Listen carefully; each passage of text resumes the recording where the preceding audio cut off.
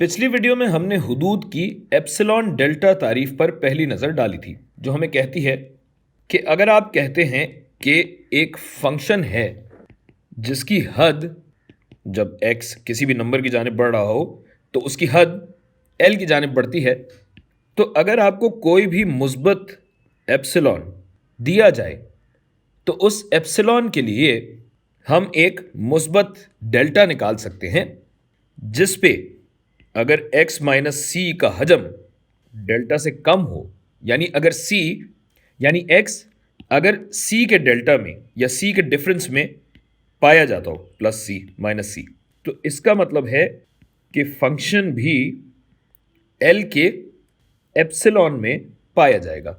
यानी डेल्टा आपका x पे फासला होगा और एप्सिलॉन आपका y पे यानी f ऑफ x पे फासला होगा। यानी अगर हम किसी एप्सिलॉन के लिए डेल्टा निकाल सके तो हद वजूद रखती होगी। तो इस बात को इस्तेमाल करते हुए हम साबित करेंगे कि हद वजूद रखती है। तो मसलन इस फंक्शन में देखिए कि ये एक टुकड़ावार फंक्शन है।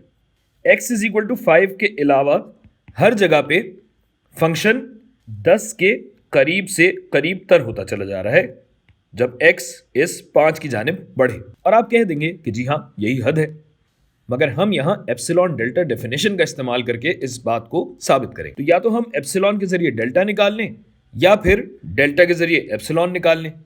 तो चलिए यहां डेल्टा दे देते हैं, modulus of x minus 5 delta से कम है। वाज़ेह रहे कि यहां कद्र की बात नहीं हो रही, लिहाजा ये 5 इसमें शामिल नहीं है, इसलिए ये लेस देन होगा, लेस देन इक्वल नहीं होगा। अब बात यह है कि जब x 5 के बराबर ना हो तो फंक्शन 2x के बराबर है। तो अगर इसको 2x में तब्दील करना चाहें तो हम इस पूरी चीज़ को 2 से अगर ज़रब दे दें तो ये हो जाएगा modulus of 2x minus 10 2 delta से कम है। तो अब चूंकि ये फंक्शन है तो इसको हम ऐसे लिख सकते हैं कि भाई ये f ऑफ x l से कम है, और ये आप देख सकते हैं, और ये जाहिर है 2 डेल्टा से कम होगा, तो ये भी गलत ना होगा। तो अगर हम किसी तरीके से डेल्टा को एप्सिलॉन में बदल दें तो ये बात दुरुस्त साबित हो जाएगी।